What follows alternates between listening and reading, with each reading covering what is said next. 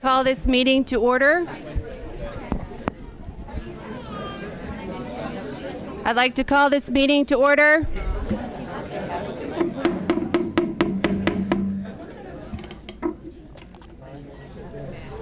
Ms. Byram, roll call, please. Ms. Anderson, Here. Ms. Dawson, Here. Ms. Harrington, Here. Ms. Quintern, Here. Mr. Rickett. Here. Madam Chair, the clerk certifies the presence of a quorum. All right, thank you. Let's stand for the Pledge of Allegiance. I pledge allegiance to the flag of the United States of America and to the republic for which it stands, one nation, under God, indivisible, with liberty and justice for all.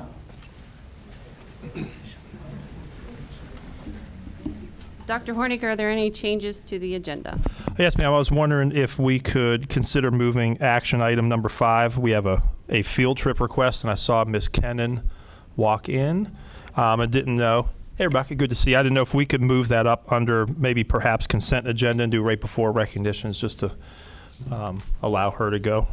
Just kind of put it up if anybody's okay with that. I move to approve the agenda as amended. Second. All those in favor by saying aye? Aye. Aye. All right, moving on. Consent agenda. Would you like to do hers first and then go into the minutes? Oh, please. We can do them right after consent agenda. Yes, Okay. ma'am. Thank you. Perfect. All right, the minutes and financial reports. I was able to review those, so I move to approve the minutes from January 8th meeting, the March 2024 financial report, and the monthly school nutrition fund report as presented. I have a second? Second. All those in favor by saying aye? Aye. All right, moving on to the monthly operating bills.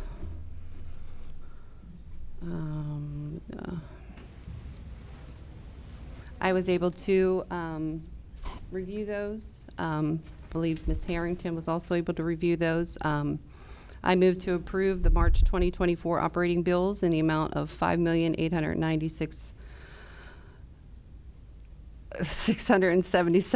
$5,896,677.36. I second that. All those in favor by saying aye?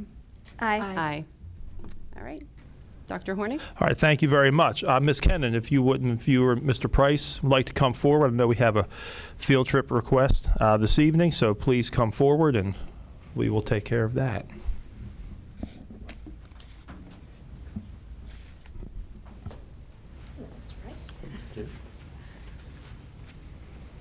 You just want to know You would tell us a little bit about the trip, and I believe is this a first? It is for a some of your first. students, so I think it'd be good for the board and the public to hear a Yes. little bit about what's been going on. So this is year 5 for cosmetology here in Orange County, and this will be the first year that we have students going to state competition for Skills USA.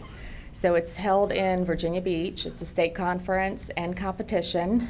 They will compete in the fantasy mannequin competition.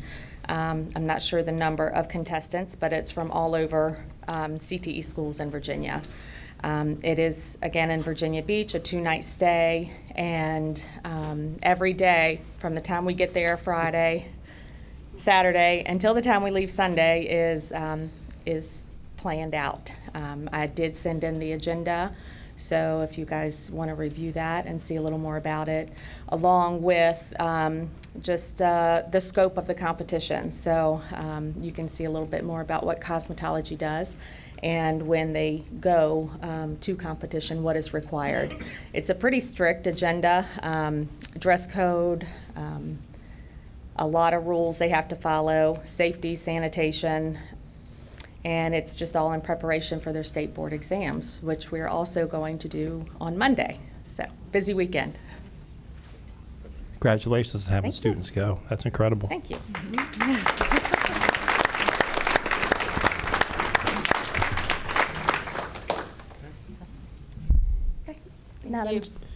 Madam Chair, I move to approve this field trip request, overnight field trip request as presented. I have a second? Second. All those And good luck. all those in favor by saying aye? Aye. Aye. Thank you.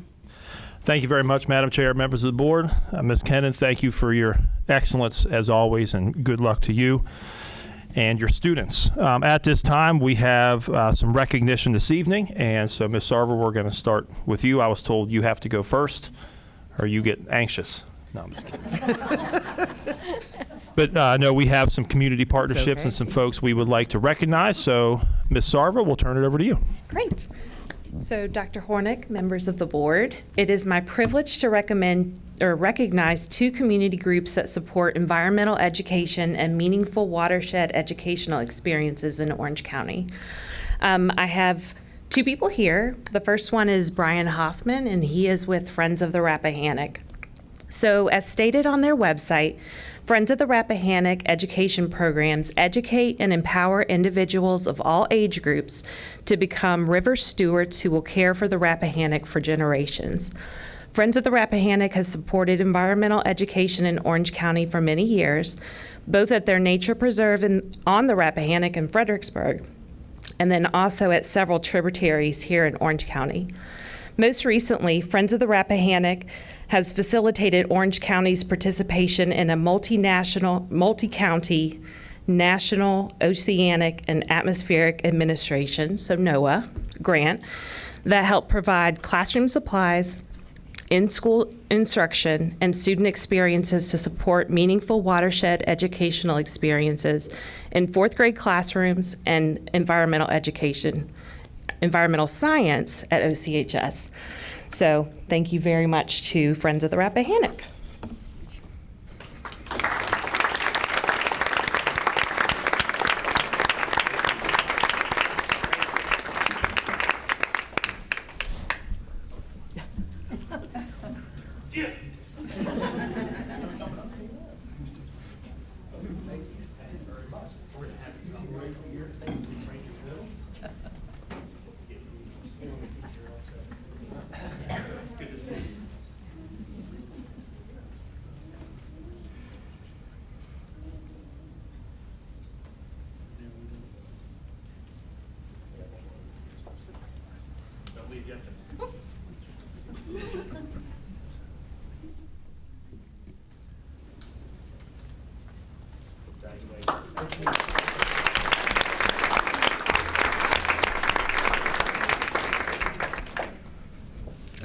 Okay, it is also my privilege to recognize Culpeper Soil and Water Conservation District, and we have Stephanie DiNicola here.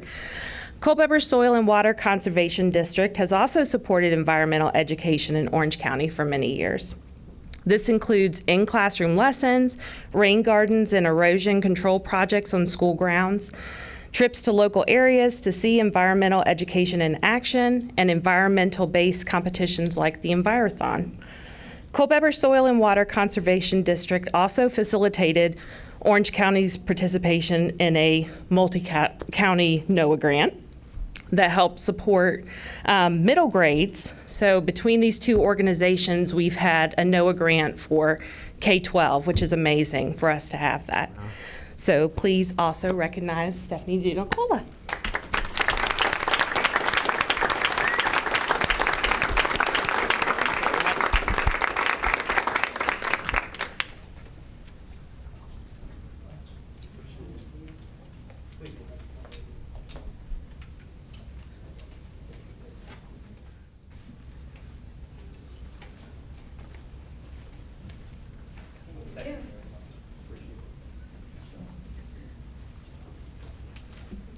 And thank you to both these groups, and thank you for letting us recognize them. I would just like to thank you also for bringing them forward and for advocating for this program. Conservation and our environment is so critical, and it's great that kids are getting involved in that, both at a young age and continuing that opportunity. So Friends of Rappahannock and Culpeper Water and Soil Conservation. Culpeper Soil and Water Soil and Conservation. Water Conservation. Thank them also. Thank you very much. Really appreciate your support for our students. Thank you. Thank you, Jessica. And we have some students and some artwork to celebrate this evening. And so Ms. Sarah Hallam is going to come forward. And we have quite a list of young artists to present this evening. Sarah, I'll turn it over to you. Thank you. Good evening, Dr. Hornick and members of the board. It's with great pleasure that we gather tonight to acknowledge the exceptional achievements of our students and the dedication and passion of our remarkable art teachers. Tonight's recognitions mark a celebration of talent, hard work, and creativity. We're going to begin by honoring the students who have been chosen as the People's Choice Award winners for the VSBA 2023-24 Art Festival. Students, as you're recognized and come forward to get your certificate, if you wouldn't mind standing over there by the podium until everybody has been recognized for People's Choice. So we'll start with our art teachers who have left Mr. Okay.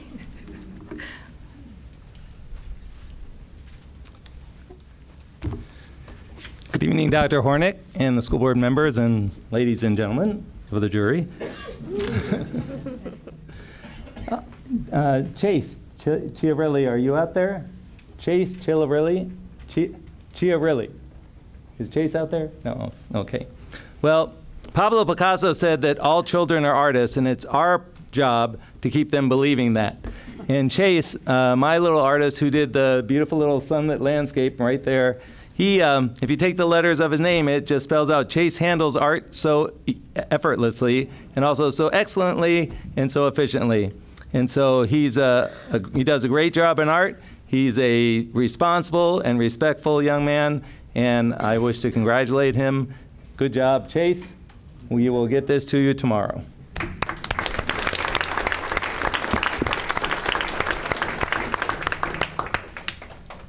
And now, yes. Do you have that, or should I? No, that's Okay, let me get my hat out of here. Yeah. All right, so Locust Grove Elementary's next.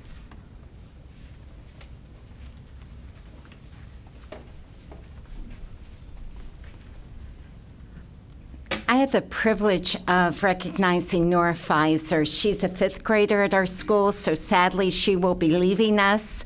She's a very, very talented person, and just whatever she does extremely well. Maybe takes a little longer, but she's just very, very committed to doing her absolute best. But it's, besides being a wonderful artist, she's a wonderful person, a good friend to other students, helpful to other students, encouraging, and just an all-around wonderful person.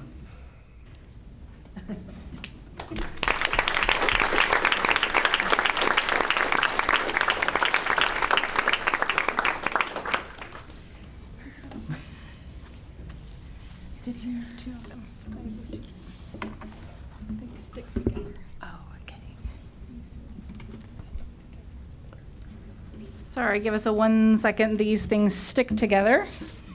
And they got a little moved, so we should be able to get that for you. You're there. There we are. This one right here. All right. Our next schools, good, congratulations.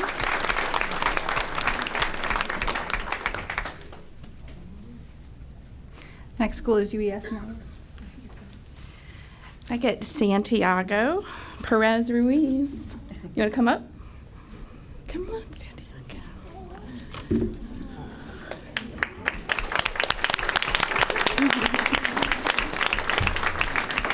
Santiago is a 1st grader at Unionville Elementary School, and his art was the bear. If you go right out to the left, you'll see it. You'll definitely see it because there's a lot of personality in his artwork.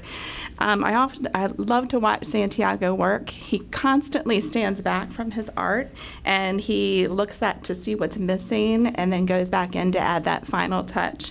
Santiago has a real artist eye.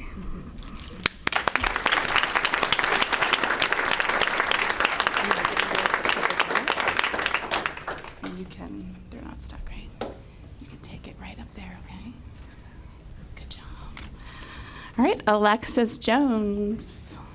Come on up.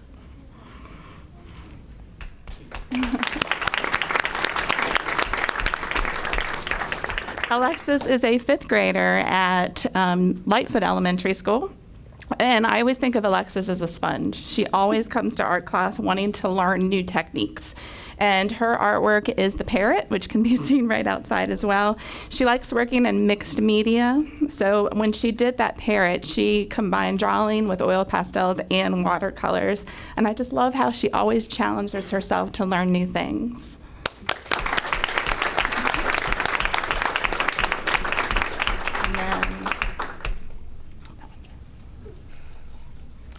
And I have one more, Caden Black.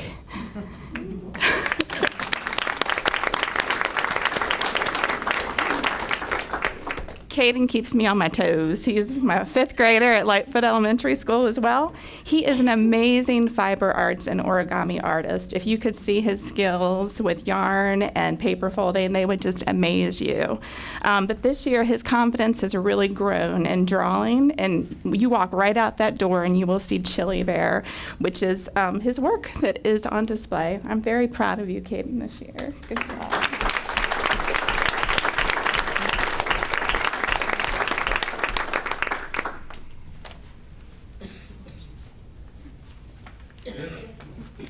Next is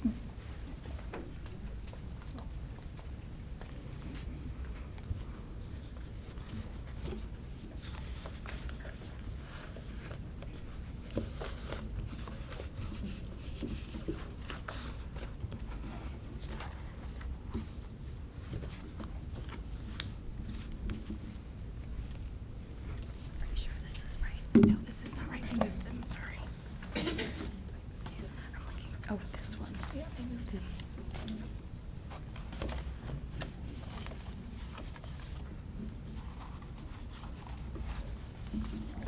Let's get these out of the way.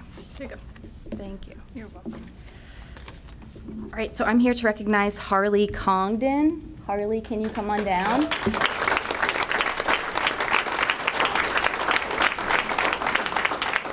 For you. Harley is among the most detail-oriented students I have. Her work generally showcases marine life. Her work outside ventures really far from what is the norm for her comfort zone, and you can really see all the hard work that she put into this. She is incredibly focused and has a clear vision and idea of what she wants her artwork to be, and I definitely know what it's like to feel when she's frustrated with something not going to plan, but she gets it done and works incredibly hard. So if you get a chance, please look at her artwork outside. It is the 2-point perspective street view with a tree in the center. That was one way that she added back in that little aspect of nature. So good job, Harley.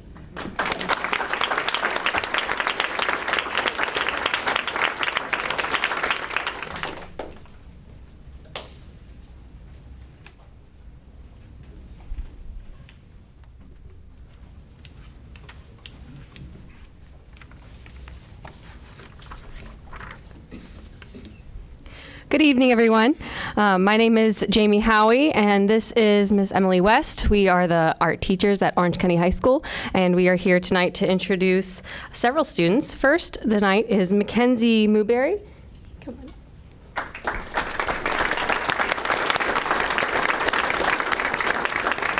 So Mackenzie is a senior at Orange County High School, and she possesses a natural gift for creativity and art.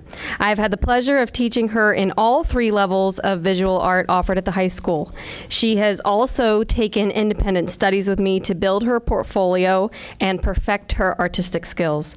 You may have seen her work before, as she has been recognized at this competition in years past, so she is a repeat winner. The artwork she's being recognized for tonight showcases her incredible attention to detail, and her final product is clearly captivating. Her painting is there on the end on the outside, that beautiful sunset. Mackenzie recently had other paintings and pieces that were on display at the 2024 Fine Arts Festival and the Young Visions exhibition as well. She also recently accompanied me to OES on the day of service to paint new games on the playground blacktop for her students to enjoy. She is a self-motivated student with a bright future in tattoo art ahead of her. Congratulations, Mackenzie.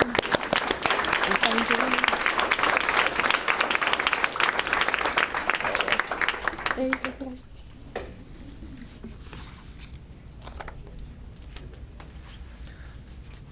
I'm here to recognize Rylan Deeds.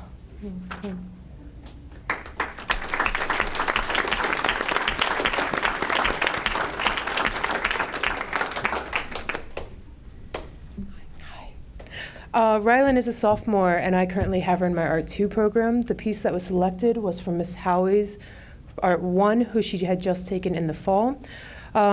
She is absolutely incredibly detailed in all of her work and very, very deliberate in her actions. You can see the creativity, and just speaking to her on any level, the creativity that comes through in the way that she dresses, she creates, she interacts with all of her friends. She also dedicates the time that is necessary to practice those skills. Asks the right questions and is always eager to challenge herself. She's very, very eager to challenge herself, always going the extra mile, especially in my class in the Art 2 program. She's a member of the OCPS chapter of the National Art Honor Society and has volunteered at various community projects. She actually went with me on the day of service as well and created this absolutely incredible unicorn that I think the kids are obsessed with. That's what I hear. She's currently enrolled in my class, like I said, and her work has been all over the school and is in such display throughout Young Visions as well.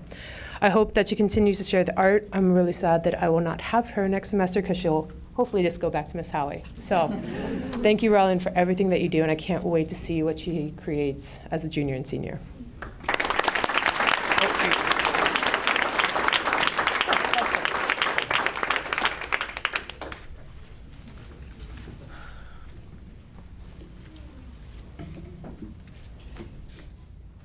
All right, we have Miss Renee Burke to present hers. Good evening, everyone. It is my pleasure to be here this evening. Mrs. Reeves, who is our art teacher, was unable to attend, but she wrote some really complimentary things about Miss Audrey Luck. Is Audrey here? Nope, I don't see her here. I didn't know if she was out in the hallway. Audrey is an outstanding 7th grade student, and we are really, truly proud of her and her ability in the art classroom. During the semester, she was introduced to many new mediums and excelled at all of them. For this assignment, she created a foiled embossed image of the house from up using string, tinfoil, and Sharpies. With this assignment, it required a lot of patience and detailed work. She spent a lot of time and put forth a lot of effort in this piece between gluing down the strings and pressing the foil down to create the raised images without ripping the foil. She succeeded in creating a beautiful image of the house, and her classmates loved the finished product as well, and it's out on this end of the hallway. I also wanted to say, if you have a moment, check out Prospect Heights Middle School Succulents as you come in the door. That was artwork for Mrs. Reeves' classroom, and we're very proud of both her and Mrs. Reeves. Thank you.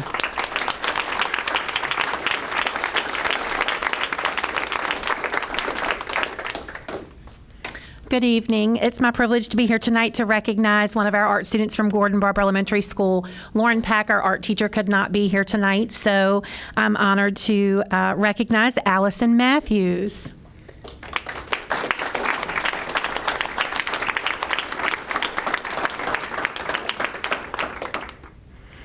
Miss Pack wrote a few things about Allison. I'll share them with you now. Allison has a natural talent for art, but also continues to grow her skills outside of class by constantly drawing, watching videos to improve her skills, and even adding her designs to her shoes. She's wearing some of those tonight. Her vibrant artwork reflects not only her exceptional talent, but also her love of cute animals. This piece of artwork that she created is created by gluing small pieces of yarn to cardboard and essentially drawing with the yarn. We're very proud of Allison and all of her talent that she's displayed with our school. Congratulations.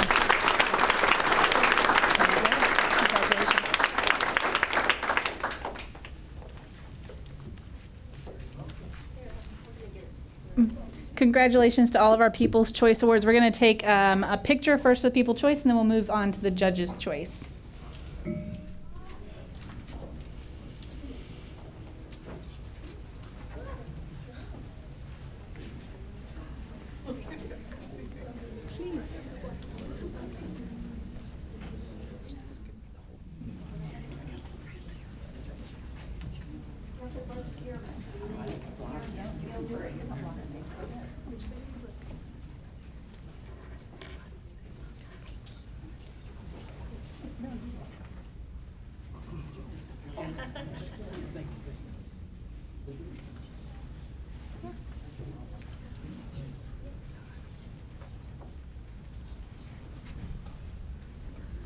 Congratulations to all the People's Choice Award winners.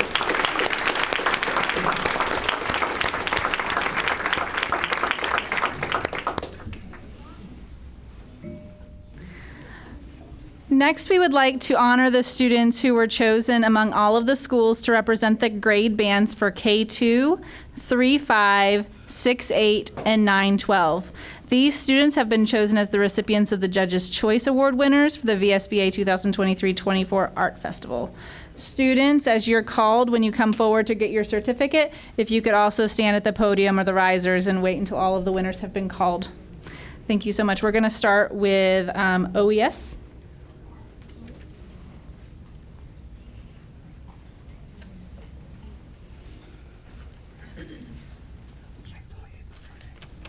Good evening. My name is Lindsay Coffey. I'm the art teacher at Orange Elementary School, and I'm here to recognize Ivy Cordray, who's a second grader at our school. She is an exemplary student, both in and out of the art room.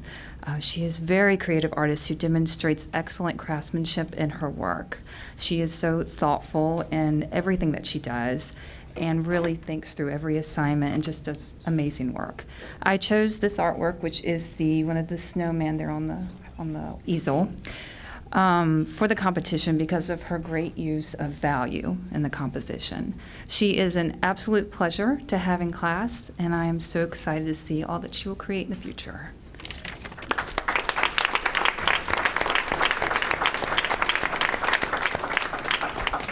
Our grade 3 to 5 winner came from Gordon Barber.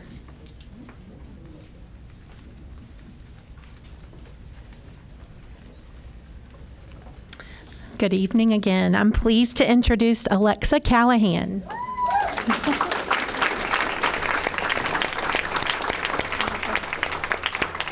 Alexa has always shown natural talent in art, but as most artists do, she has a bit of perfectionist side to her.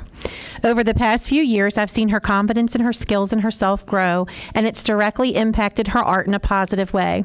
She's always curious to learn more and improve her skills. She's a pleasure to teach, and Ms. Pack has enjoyed seeing her growth. Alexa's stained glass is created by making a symmetrical design online and then using Sharpies on transparency film. Congratulations, Alexa.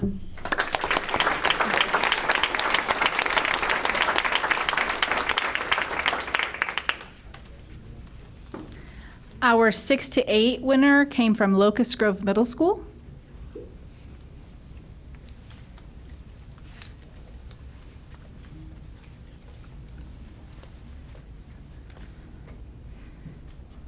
All right, I am presenting this award to Liliana Vasquez. Come on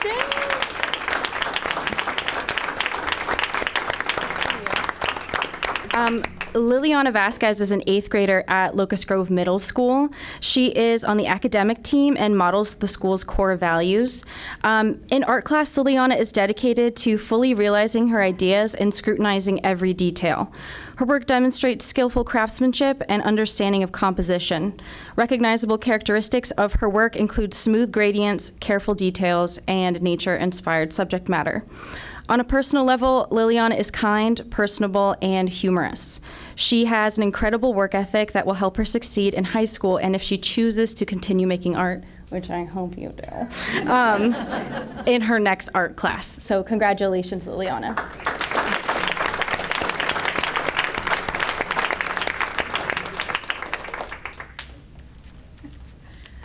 Our 9 to 12 winner is from Orange County High School.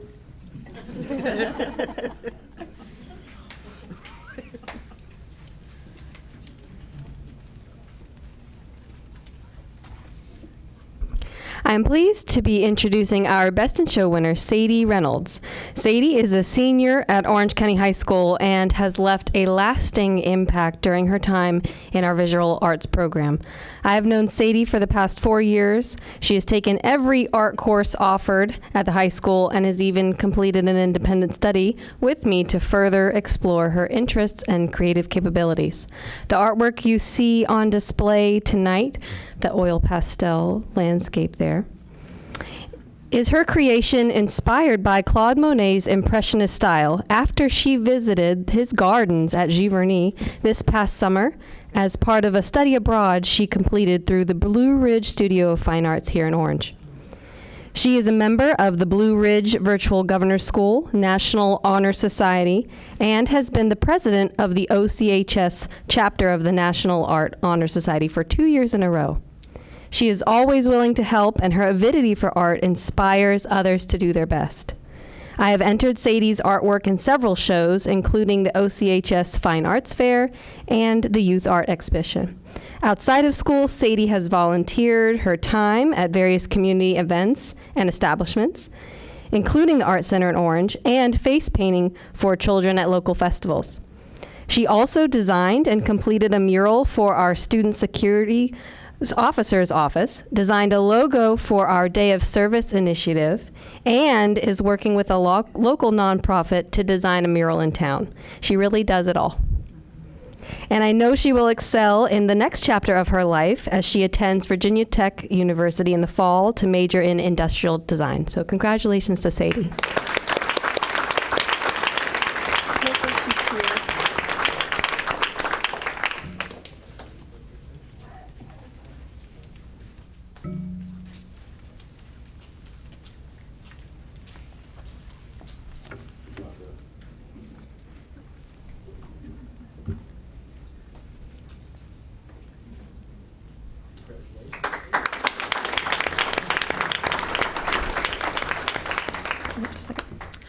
To conclude our art recognition tonight, we'd like to thank Ms. Hallam. Dr. Honecker and I would both like to thank Ms. Hallam for coordinating the arts this year.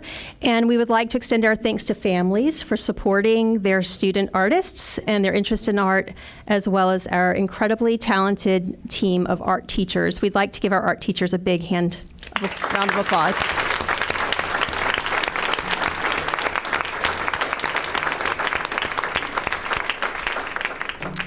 We'd also like to acknowledge our principals who support and nurture arts in their schools each day. And in speaking about the role that our teachers have played, not only do they teach their students the technical aspects of art while nurturing their individual interests, and they also just encourage them to share their talents to make the world a better place for all of us. We truly appreciate our art teachers' efforts in the classroom, as well as their incredible work on the Fine Arts Festival, the Young Visions exhibit, which is currently on display at the Art Center here in town. Within this amazing team tonight, we would like to recognize Mr. Lentine. This is Mr. Lentine's final year as an art teacher at this recognition. We would like to thank Mr. Lentine for his many years of service at Locust Grove Primary School and in Orange County. Often serving as a mentor, Mr. Lentine has made numerous contributions, including the art exhibit here at the Teak building, the traveling art display, and his work with the Lake of the Woods Arts Council, as well as the art lessons for our summer school students. Mr. Lentine supports our community and inspires his students and his colleagues by his passion for art, his classroom known as Arts Diner, as well as his magic shows and integrated music, which are often integrated into his art class. When it comes to art teachers, Mr. Lentine truly is a masterpiece. We're going to miss you.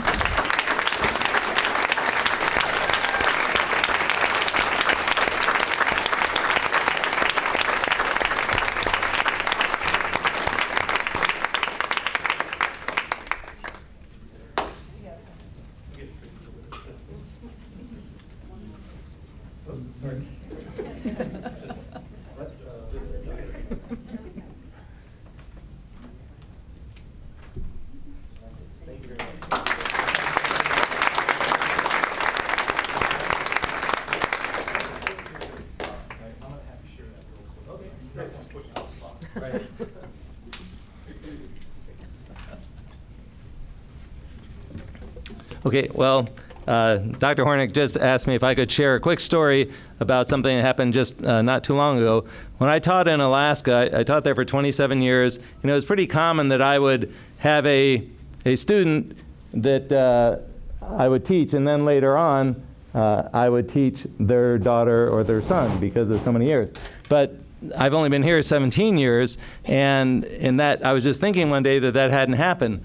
But one day, I was talking about Alaska, and this one woman heard me, and she said, you know, I used to to go to school in Alaska.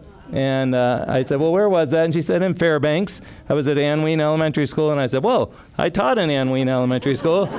And she said, I have a picture with the art teacher. I said, really? Was it a man? Because I was the only man teacher there, and that didn't change much, did it? No, but I was the only man teacher there for the 27 years, and so she said, well, my dad has that picture, let me check with him, and so there she was, and she happened to be the mother of a student that I'm teaching right now at Locust Grove Primary School. So it happened. So thank you very much. It's been a really great thrill and joy to teach here in this school district for the past 17 years. Thank you all very much for being part of my family. Thank you. Congratulations, Mr. Lentine.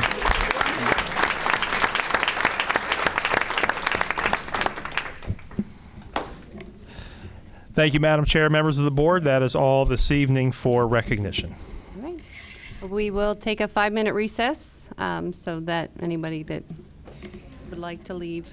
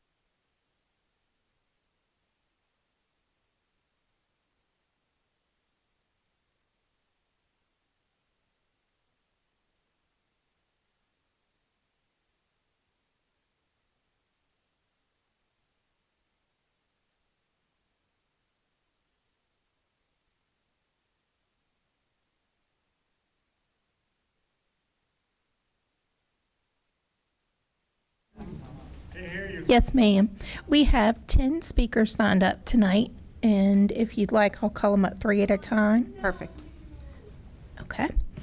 The first 3 speakers are Nicole Pappas, Kim Hoosier, and Alan Daniel.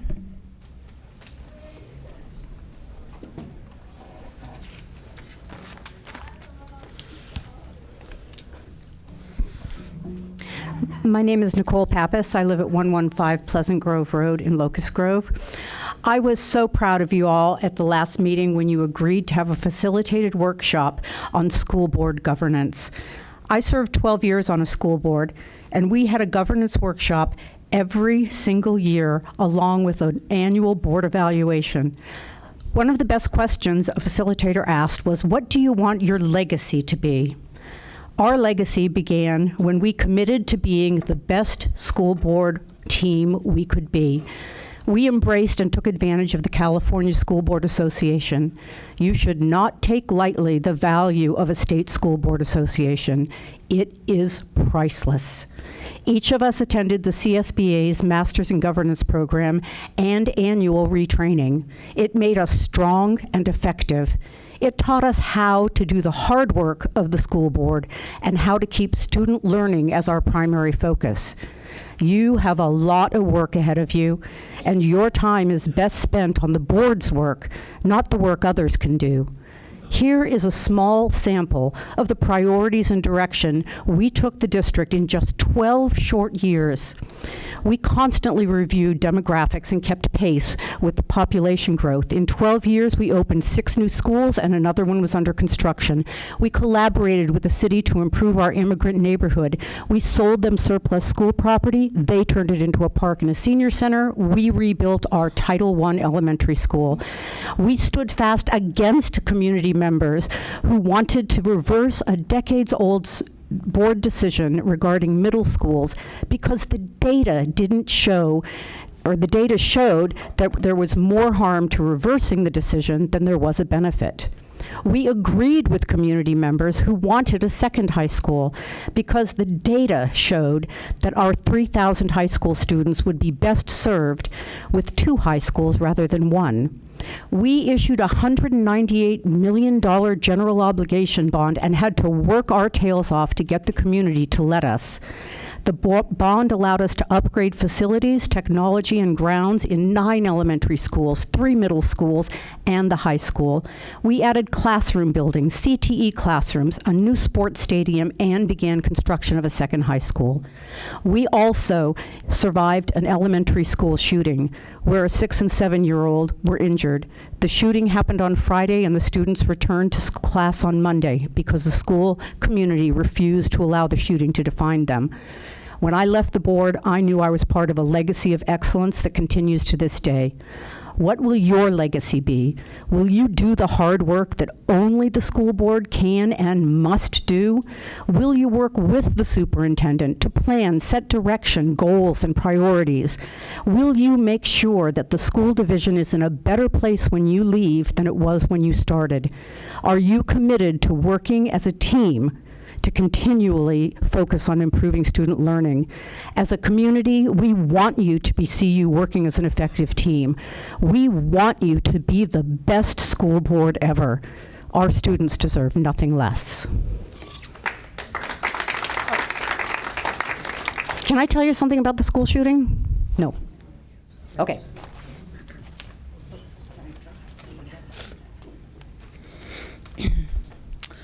On March 26th, I, along with other parents of Orange County Public Schools, received an email from OCPS that stated, and I quote, "Join Orange County Public Schools," end quote, for a town hall with expert speaker Brad Huddleston. This flyer was sent out on OCPS letterhead and had the school information at the bottom. These were all indicators that this event was sponsored and sanctioned by OCPS. I was interested in finding out more about the speaker who would be representing the school board and Orange County Public Schools generally. As a parent, I wanted to see how the school board was addressing school concerns, and I wanted to find out more about the educational professionals we were inviting to speak. I went online to his website and was appalled at what I found. I was looking for his educational credentials, links to scholarly articles that he might have published, and what institutional affiliations he had. I was shocked to see that Brad Huddleston runs a ministry where he serves as a paid speaker to private Christian schools. On his website, he quotes an expert who discusses the role of the devil in technology. This quote states, "I am convinced the devil lives in our phones and is wreaking havoc on our children," end quote. I'm not sure how the devil is associated with the issues of Orange County Public Schools and how this is even a relevant topic to enhancing education in our county. As an academic, I can assure you that citing sources that use the devil are neither scholarly, peer-reviewed, nor make you an expert. Moreover, OCPS is a public institution and therefore is obligated not to be affiliated with any religion. However, I am receiving an email from Orange County Public Schools that is supporting someone with no academic credentials who is pushing a religious agenda. This is clearly unethical and unprofessional. After contacting the school system, I was informed that this was a private event sponsored by Melissa Anderson. Ms. Anderson has every right to hold whatever event she would like as an individual, but she has no right to use public resources and the apparent backing of Orange County Public Schools to support her own private events or agendas. This is clearly an abuse of her position and a misuse of public resources. I am not sure if Ms. Anderson was emboldened to send out this flyer out of her hubris or her complete ignorance of professional conduct. However, either is inexcusable, and she should resign immediately. Thank you.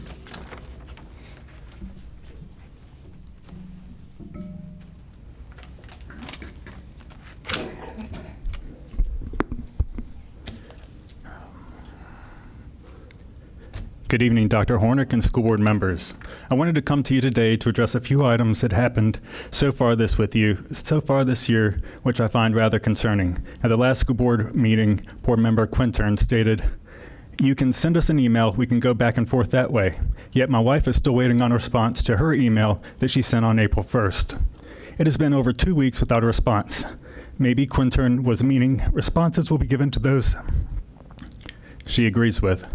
I don't know the reason why she failed to respond to my wife's email, despite Quintern's comment saying she would. To me, it feels like Quintern has an issue with my wife. During the last board meeting, Quintern referenced 2 things that involved my wife, and did so without context. The reference of being called Mr. Quintern was when my wife was given public comment about using preferred pronouns and was done to show Quintern how it felt when someone used incorrect pronouns. Apparently, you didn't pick up on that then. Maybe you understand it now since you showed it bothered you. It seems like you still missed the point, though. The other thing Quintern mentioned was when my wife spoke about Gary McFadden's public comment a few minutes before hers, and how his poll was presented to the board earlier was not scientific. Instead, it was run off of his website, answered by his friends, which wasn't a true representation of the community. One question I wanted to raise is, why is the board focusing public comment and not focusing on education issues such as our current truancy problems, vaping, fighting, racist and discriminatory behavior, etc.? Chair Anderson is also fighting what appears to be an imaginary battle against the budget. Yet she's willing to spend money to go to a not required summit put on by the Noah Webster Education Foundation. The summit was backed by conservative and religious groups such as the Leadership Group, the Family Foundation, the Middle Resolution Policy Foundation, the Heritage Foundation, and Project 2025. At this summit, there were many speakers from the Liberty University and are associated with very biased organizations. The summit was anything but fair and unbiased event. Brad Huddleston was also a speaker there. For those that are unaware, Brad is the speaker that Anderson was going to have at her town hall meeting until people started realizing who he is and that his Facebook is full of homophobic memes and that he is a pastor who talks to Christian schools, and concerns over separation of church and state were raised by many in the community. I find it concerning that this event was advertised by the school and Anderson announced it as in her official capacity as a board member during a school board meeting. Looking at both of these events related to Anderson, I find it rather concerning. Separation of church and state is a real part of our Constitution and is something that I served in the military to protect. It sounds like Anderson may be a better fit for a Christian school board and not a public school board. To quote Reagan, we establish no religion in this country. We command no worship. We mandate no belief, nor will we ever. Church and state are and must remain separate.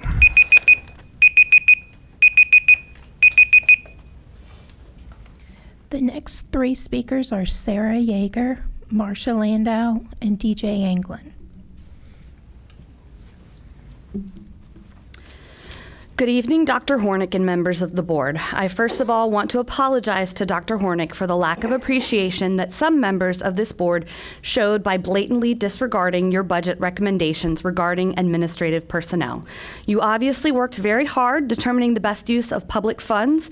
It is a shame that some members of the board do not value your expertise and possibly want to breach your contract by not allowing you to perform the job they hired you to do. Perhaps they have ulterior motives or think they know better than the trained professionals, and that is why they ignore best practices when serving as board members.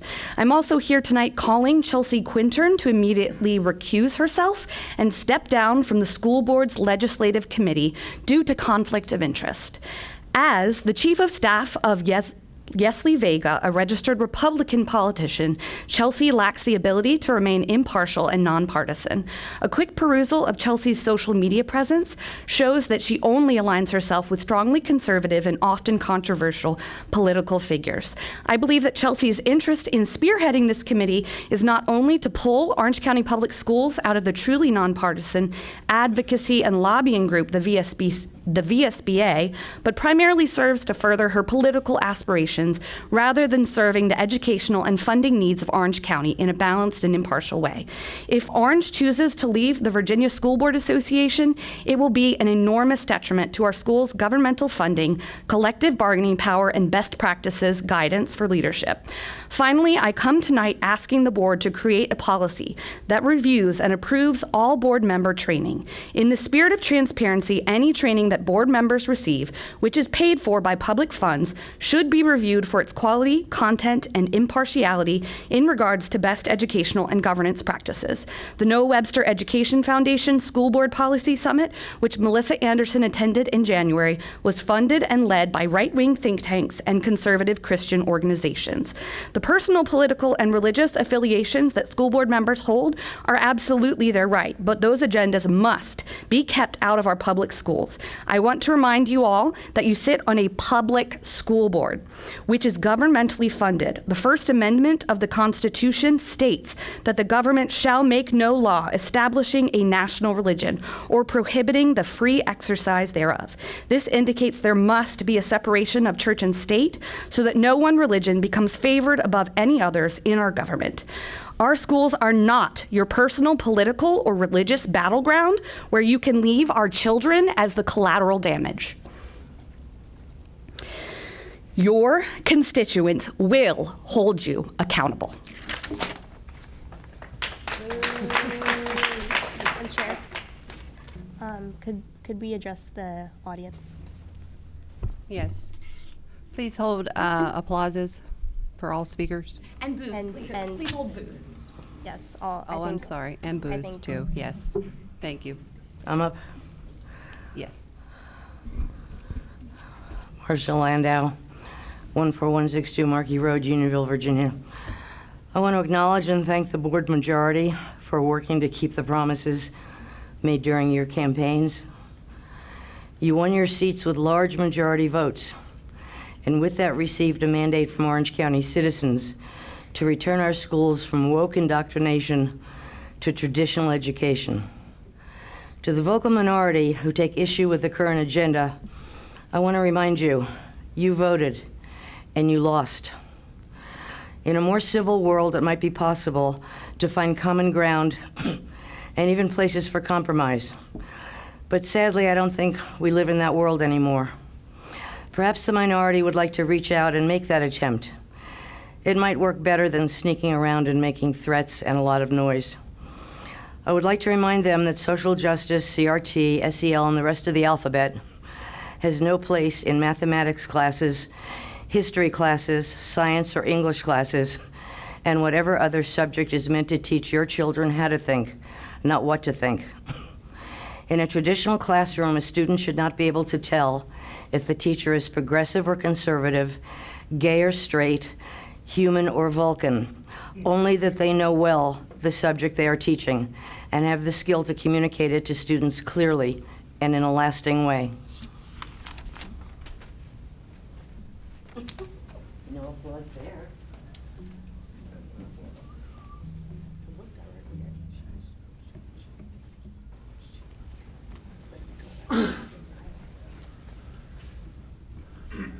Good evening, ladies and gentlemen.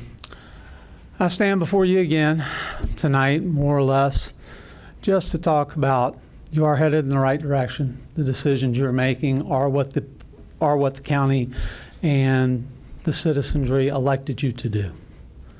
This is the direction we want you to go. You are doing what you were supposed to be doing. You are doing what you promised during your campaigns, and you are continuing to push forward that agenda. You all work for the citizenry of Orange County. The superintendent works for you all, not the other way around. We did put you out there to review budgets, to ask questions, to be fiscally responsible. Yes, to review best practices. You're all educated people, you can do that.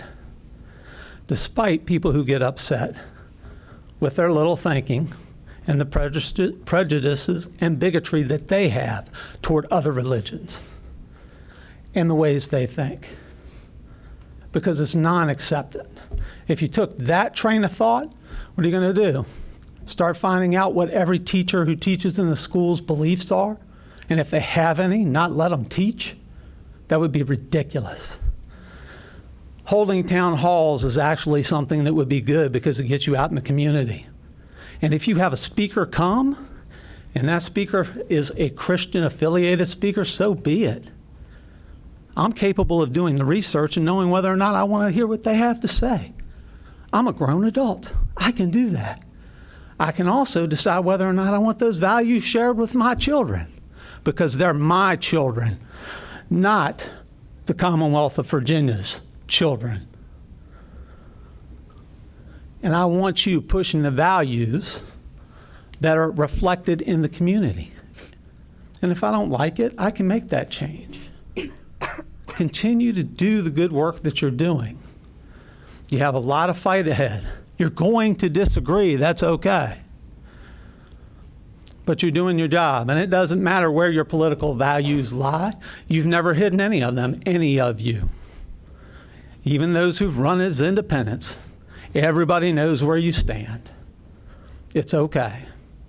Be proud of it, own it, use that to create healthy debate amongst yourselves and find a path forward. That's what we want. Those of you who have been elected and won, you won by large margins, not even close to a joke. You have our support. Hopefully the rest of you will come along and see the direction Orange County wants to go and the citizenry wants to go. We're not California. Never want to be. It's been bankrupt a few times, largely because of the school systems. Thank you. The next three speakers are Emily Potts, Alyssa Waller, and John Floyd.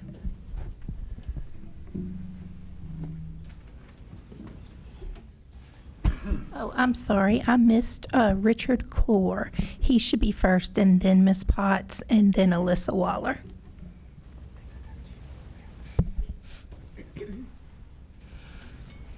Yeah, I'm here. First of all, thank you, Dr. Hornick, Ms. Byram, and school board. Appreciate your good service to us.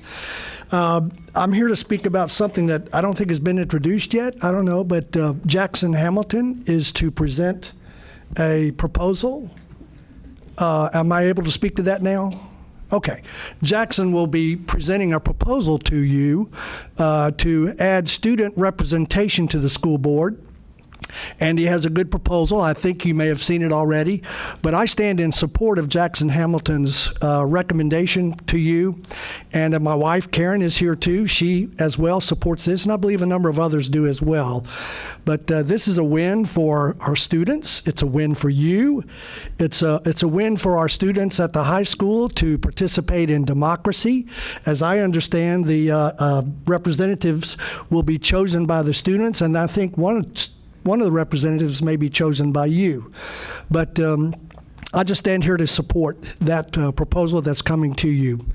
And I thank Jackson Hamilton for bringing that to us. It's a win. Way to go, buddy.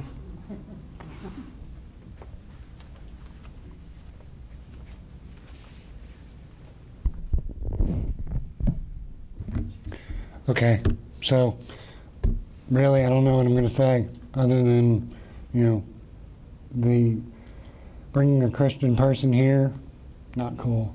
We're not a Christian school.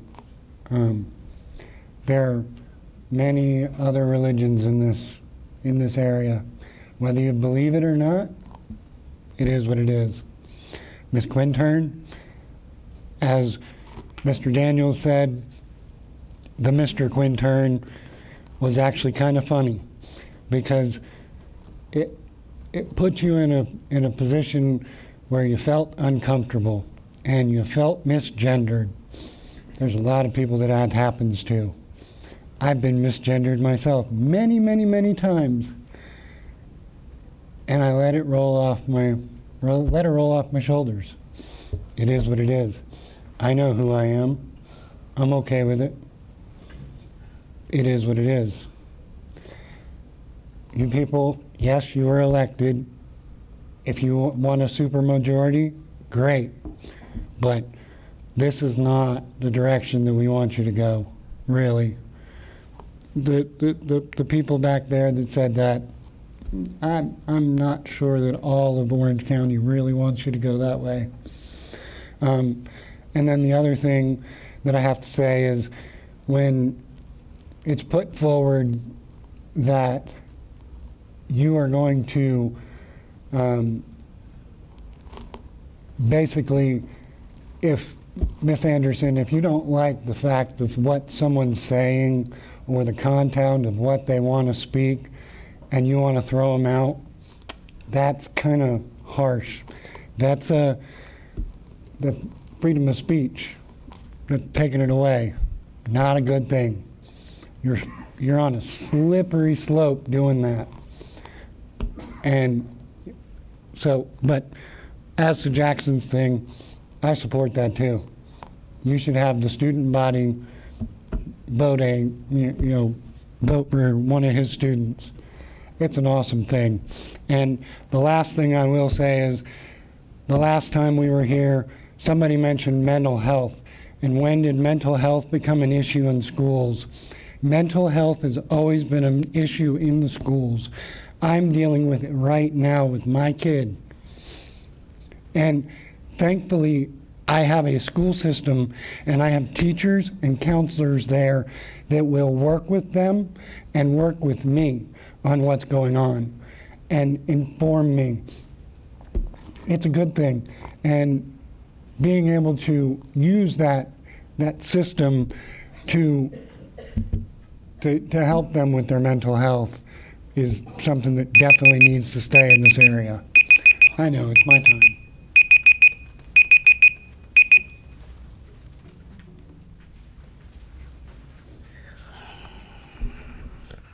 No fun facts tonight. Before I start my speech, if I could just have a second to thank you all for giving out those sunglasses. I happen to live maybe like a block or two from Orange Elementary and was outside also looking at the eclipse. And to hear the pure excitement in those kids, I didn't know it was going to cut into my speech. Pure excitement of those children, it just really did something to my heart. And that's something that you guys got right. I know you often hear a lot of things that you got wrong, but that right there, you got right. I truly believe you sparked the mind of a future chemist a future astronomer, a future somebody in science, just because you offered to give those sunglasses. So, I wanted to give you your flowers now rather than to give them to you later. Okay. I'm sorry. Giving all honor to God, who sits high and loved us all before we ever had a label. He helps me on a Christian journey to walk in love and love my neighbor, all my neighbors, not ones we just pick and choose. The importance of career and technology programs in our school system. In today's rapidly evolving world, the acquisition of knowledge is crucial for success. While traditional education imparts facts and information, true success often requires a broader understanding encompassing practical skills and real-world experiences. This is where CTE programs play a vital role in preparing students for the challenges of the future. Our current state of our CTE programs in schools across the country cater to a significant number of students, providing them with essential skills and knowledge. In Virginia alone, 670,000 students are enrolled in CTE courses from grades 6 to 12. These programs align with the mission and focus statements of schools aiming to empower students with the necessary tools to excel in their chosen fields. CTE programs are a valuable part of any school. CTE offers a number of tangible advantages to students, to school, and to society as a whole. Here are 5 proven benefits: exploration of real career opportunities, industry credentials and certifications, development of career skills, improved graduation rates, bridges to future education. Challenges we are facing in our CTE program. Despite the evident benefits of CTE programs, challenges persist, hindering their full potential. One of the primary obstacles is a lack of adequate facilities to house these programs. The school board, instead of supporting the existing staff and curriculum, often set roadblocks that impede the progress of CTE programs. This is concerning, especially considering the growing demand for well-trained technical workers in various industries. Key players in our CTE programs. To address these challenges, collaboration among key stakeholders is essential. The superintendent, Dr. Hornick, along with our executive director of secondary education, Dr. Honaker, plays a crucial role in ensuring the CTE program aligns with the school's mission. Educators with their expertise develop curriculums that prepare students for real-world challenges. Additionally, community liaison Ellen Patera forged partnerships with local businesses, creating opportunities for CTE students to gain practical experience. I'd like to still give you my concerns. Despite the efforts of dedicated individuals within the education system, concerns remain regarding the prioritization of political agendas over student success. The decision to invest in additional administration roles instead of securing facilities for CTE program raises questions about the board's motives. Thank you, ma'am, for hearing me out. I did ask, the part in the beginning where I was congratulating you guys to not count as part of my speech, but apparently it did anyway. But I still thank you all. You guys are doing a wonderful job, a bang-up job. I was called in the last batch. I'm John Floyd. I'd like to comment on public comment. I've been coming to school board meetings for about 20 years. And public comment was a chance to speak before the board. It was, by its nature, informal. Anyone could say anything within the bounds of decency. You signed up when you showed up, little slips of paper. Some people would decide to speak while they were there, and if the gavel hadn't landed, public comment remained open. There wasn't an expectation of hurtful or decisive comments, and generally they didn't follow. And the board was genuinely interested in what folks cared enough to speak up about. The push through school board policies over the past 10 years, April 7th, 2014, when the time limits and the means of sign up and things started being introduced strictly. I would suggest this is a push to control what people think and how they can speak. You might say, well, we replaced a left-leaning board with a right-leaning board, and that's why things changed. You might say that's a great thing. You might say it's not a great thing. I don't think that is the issue. I think the issue is this. Each school board since 2014 has added more controls to freedom of speech. Limits on how you sign up, limits on who can speak, limits on what you can speak about. School board leadership, it seems, has gone from servant leadership to power politics. It's gone from attracting people concerned with education to attracting people who want to be in politics. I think that's a mistake. The latest policy revision on public comment includes in the text, I can't tell if it's being incorporated or it has been incorporated, but it lists the name and email address of the one person, an eminently qualified person, but it lists one person with whom you must communicate to sign up. If that person was unavailable per the policy adoption, there would be no way to sign up. Now, obviously, that was not the intention of the wording change, to list one person as one point of contact, but it's indicative of the care that was put into this revision to the school board policy, which is to say, very little care.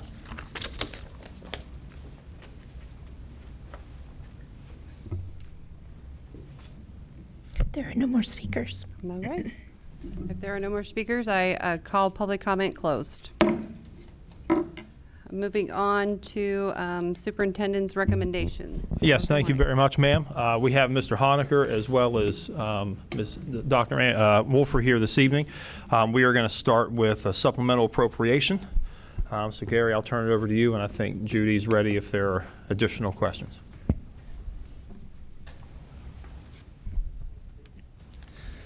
Good evening. I'm here to ask for a supplemental appropriation for federal funds, Title I, Title III, and a remainder of, I believe it's ESSER II funds.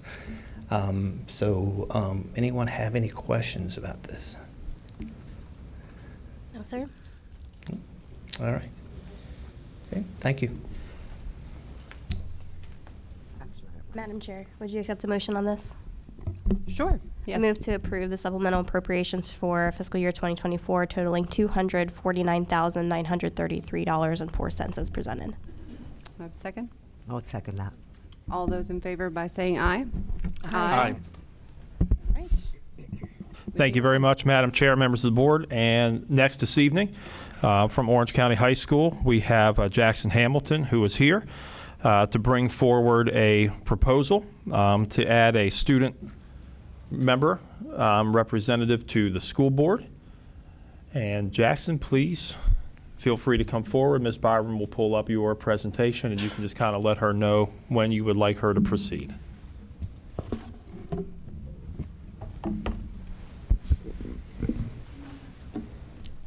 Good evening. I am here to present my proposal to add a policy instituting a position of student representative to the school board. Could you move to the next slide? The key objectives of this policy are, number one, to include students in the decision-making process. This is something that I know the school board and the school system already prioritizes because it is included as a parameter within the strategic plan. And to establish a two-way communication process with all segments of the community. This is included in the board member code of conduct, and so I know this is already something the board values. And so I know you're all probably asking, we already have public comment, why isn't that enough for students to be heard? So public comment is one-way communication, and according to the school board's policy, the school board members generally do not respond to public comment at the meeting. And so students are not able to immediately receive a response to their concerns, even if they speak, and so they may feel that their concerns are not being addressed. In order for students to truly be involved in decision-making, students need to literally have a seat at the table and to be able to discuss their concerns with the board.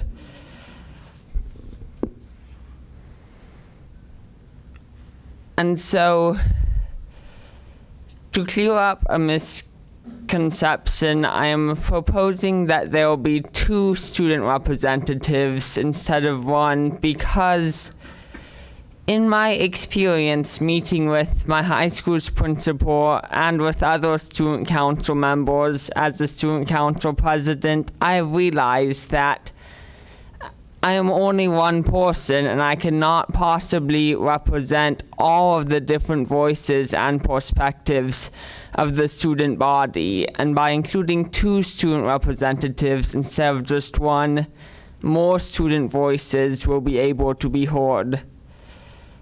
And 2 is also a good limit because having a cap at 2 helps the students to build a relationship, a working relationship with the board members over the course of their 1 school year or term.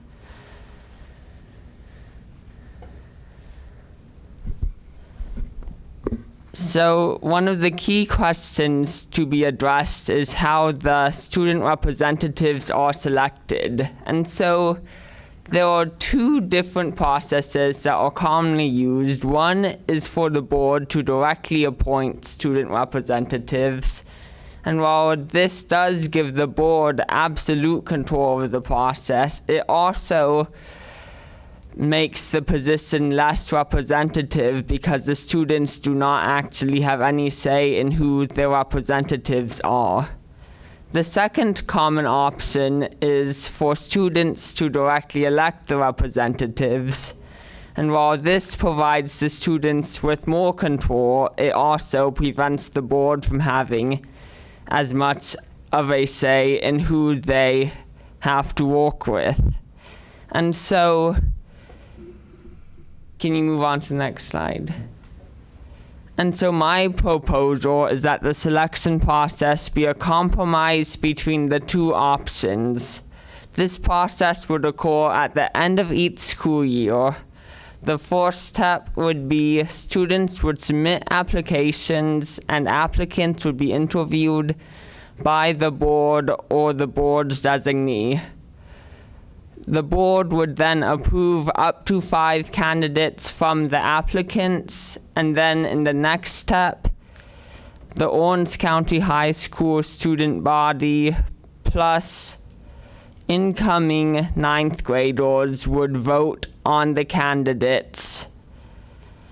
And in the third step, the candidate with the most votes, having already been approved by the board in the candidate selection process, would be 1 student member, and the board would have the option to, at its discretion, appoint a second member of the board, a second student representative to the board from the remaining candidates. This would add additional diversity of viewpoints and perspectives. And so there would be a few limitations on the role of student representatives, primarily because they would be legally required. First, student representatives would not be able to cast a binding vote on any issue. They would not be able to participate in closed session, and they would not be able to have access to confidential information. These are necessary safeguards that will not restrict the students' ability to share their voice and the voice of the student body with the board. And so there are some key responsibilities and duties of the student representatives. The student representatives must attend at least 75% of board meetings with public comment because they need to actually be present in order to share the voice of the students with the board. And at each of these public meetings, the student representatives will provide a report on behalf of the students of Orange County detailing key concerns and feedback from the students. And crucially, at each meeting they attend, the student representatives will sit at the table with the board so that they will be able to participate in discussion with the board, allowing them to share their voice.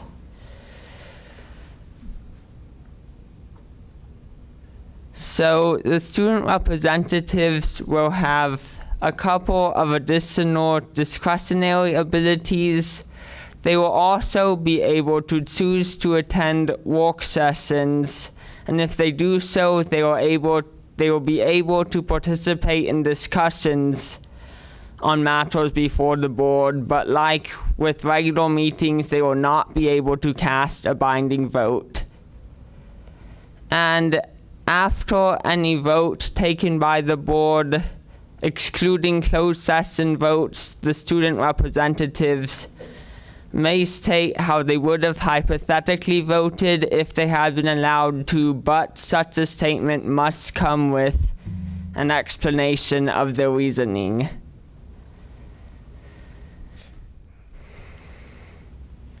So I developed this policy in collaboration with Ms. Jamerson, my student council advisor, Mr. Price, my principal, and several other student council members. At Ms. Jameson's suggestion, this policy was modeled off of the policies of Manassas City Public Schools and Albemarle County Public Schools. But the selection process, which I recommended, is primarily my own original idea because I constructed that as a compromise between the two common methods of selection so that both the board and the students would have a substantial say.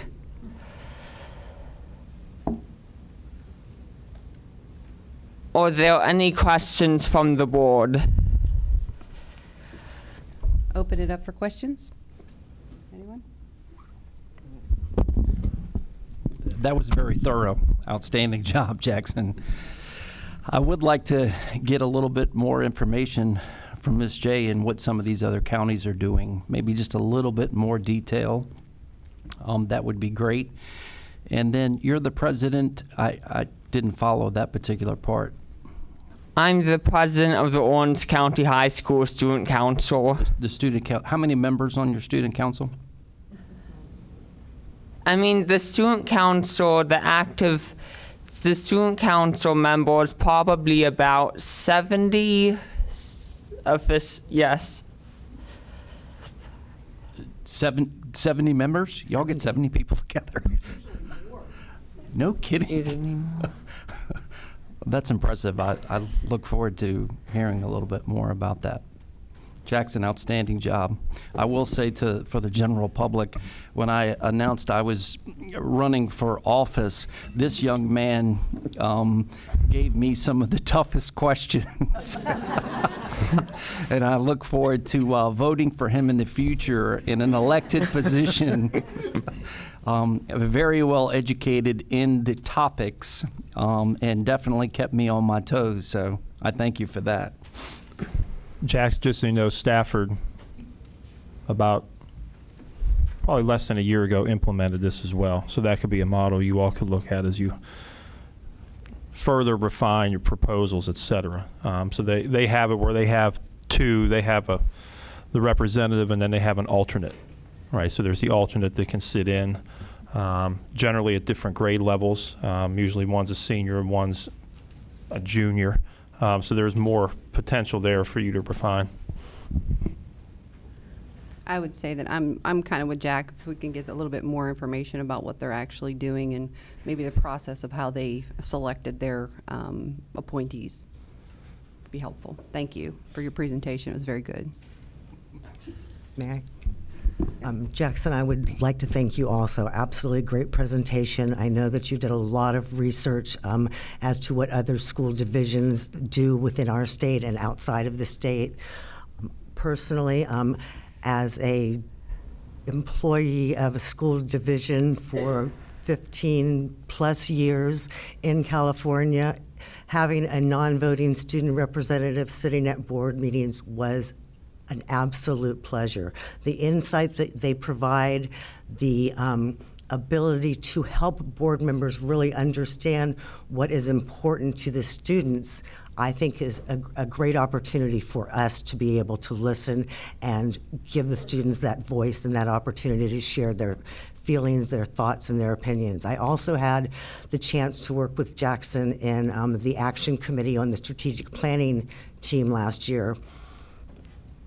Jackson is, again, so insightful, so detail-oriented, so interested in the democratic process and allowing students to participate in that. My biggest concern, I guess my only concern at this point, is timing. Jackson is a senior, and I would love to give him the opportunity to work with his student council and develop the process going forward. Obviously, that requires policy agreement with the board, but it can be a living type of a document. It could be something that could be started now and continue to be refined as we go forward into the following year. That would allow us also to look at additional documentation, how it has been done in other school divisions throughout the state or elsewhere, and, you know, again, just be very thoughtful and thorough in how we develop this and bring it forward. But personally, I would advocate for Jackson to be involved in that because he's only got till May 17th, I believe, to stay with us, and it would be nice to see him and have him working towards the fruits of that opportunity. So that would be my hope. Thank you. Jackson, I'm very impressed by your presentation. It's very thorough and well thought through, and I appreciate the time and effort you put into it. I am curious, it's on slide number 6. It says students will submit applications, and I'm wondering if you have an application in mind, the kinds of questions you might ask on that application. Are we looking at students with certain academic credentials or community service credentials or extracurricular credentials? What are you thinking? So I have an application document that I created. I don't remember what was asked off the top of my head. I believe one of the key components is, again, the interview, so the board can evaluate the candidates, but also because of the fact that ideally the process would at least possibly be based on a student election, the students would evaluate to some extent. But to answer your question, I feel like the right applicant would be somebody who is involved in different activities so that they have a picture of what the students need, like so that they are a representative student. But I feel like you would not necessarily want to have a specific, or at least not an onerous GPA requirement, because that would potentially exclude a truly representative student. And so you would want to not have an extremely strict GPA requirement, but you would want it to be somebody who's involved in many activities within the school.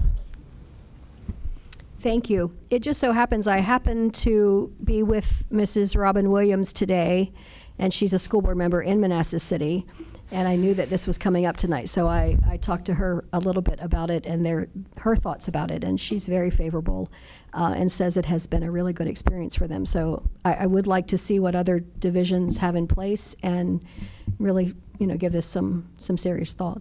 But your presentation was outstanding. Thank you. Yeah, I would like to echo what everybody said.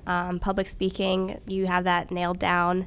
I don't know that as a senior I would have been able to do what you just did. So I think that's deserving of applause. And I do want to congratulate you on the research that you did in collaboration with other adults. So that's an outstanding thing. So I would just ask that we all give you a round of applause here.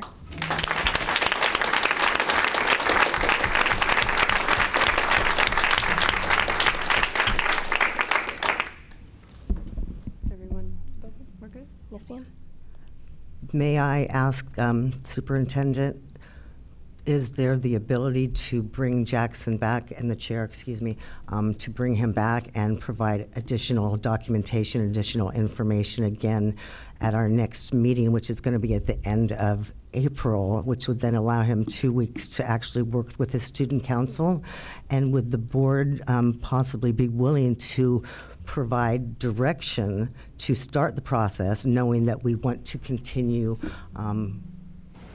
working to be, again, Orange County's process and not just a replication of something else, but more specific to what this board is interested in? I think If I may, I think it would behoove us to allow you to develop answers to the questions tonight and then reapproach.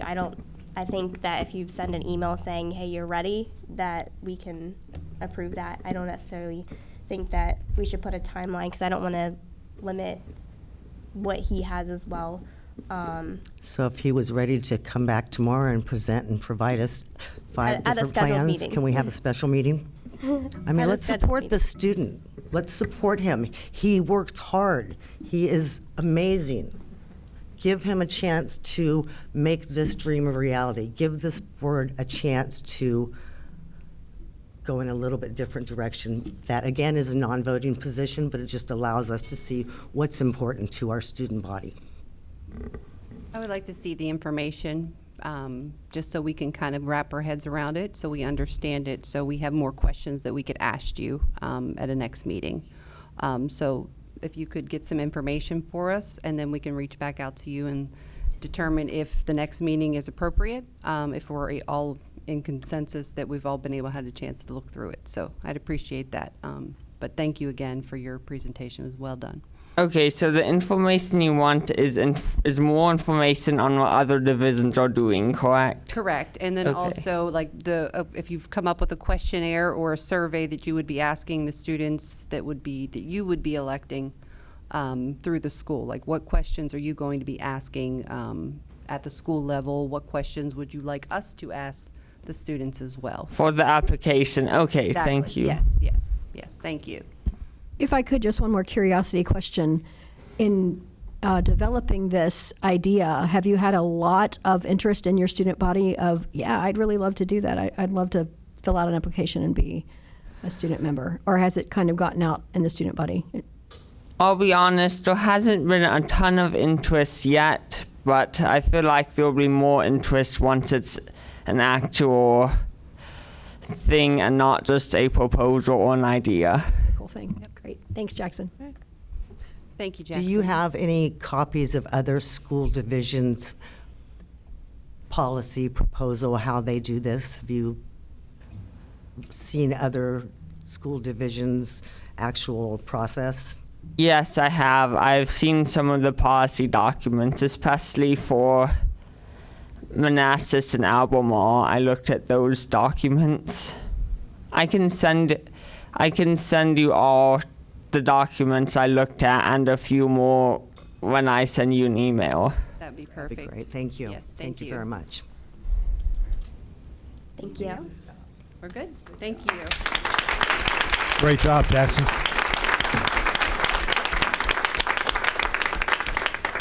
All right, so moving on to board member items. We have public comment guidelines discussion. Ms. Quidturn, would you like to start off with that? Sure. My proposal is going to be the same. I believe that we need to have better guidelines. I know it came up in public comment tonight, and I want to reiterate that this is not to mandate content of your speeches. This is to maintain an environment that is acceptable in a business setting. Think of a courtroom. Additionally, we on occasion have minors present, so we need to make sure that we are holding ourselves to the utmost respect, respecting your time, respecting our time, respecting staff's time. And I think that this document doesn't do anything outside of just put parameters in place. We saw this evening, there were a couple of times when we had to address some of the crowd or certain things. So I think that just having those reminders in place so that way we know there's a guideline and this is the expectation moving forwards. But again, this is not a limit on your First Amendment. This is not a restriction on what you say. It's just on how things are presented. So during public comment, that is a platform for you all to talk to the board. It is not a platform to discuss amongst community members or to talk to staff. You may talk about staff, you may talk about things in the school. I believe it should be pertinent to our school board business. However, this public comment decorum is nothing to restrict the intended speeches. So that being said, The first document would be ideally read prior to public comment, and the second, I'm just making sure that this is in the right order, the abbreviated list would be sent out when email signups are received. So I would make a motion that we approve both of these documents as presented. So if there's a second, we could have further discussion. I'll second it. Is there any discussion on the items? Yes. Ms. Harrington.